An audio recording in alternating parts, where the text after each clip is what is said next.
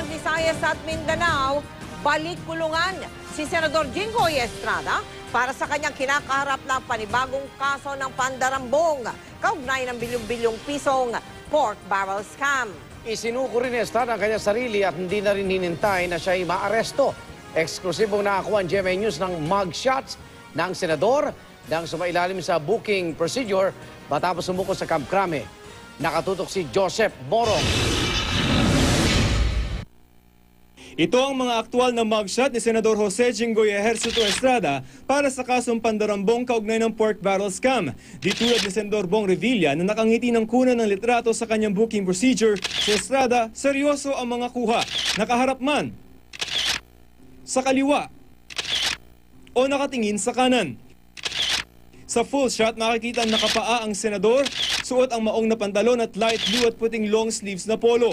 Ipipit ang senador sa cell number 2 ng PNP Custodial para sa kinakaharap na kasong pandarambong na may case number SB-14-CRM-0239. Naniniwala ang Department of Justice na matibay ang kanilang ebidensya laban kay Senador Jinggoy Estrada.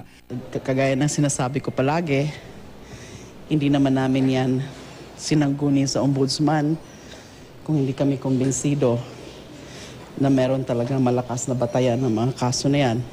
Mahigit 183 million pesos ang umano'y naibulsa ni Estrada mula sa kanyang pork barrel. Kasama sa mga tumestigo laban kay Estrada ang dating kaibigan na si Ruby Tuason na umano'y nagbigay ng mga bag ng pera ng senador.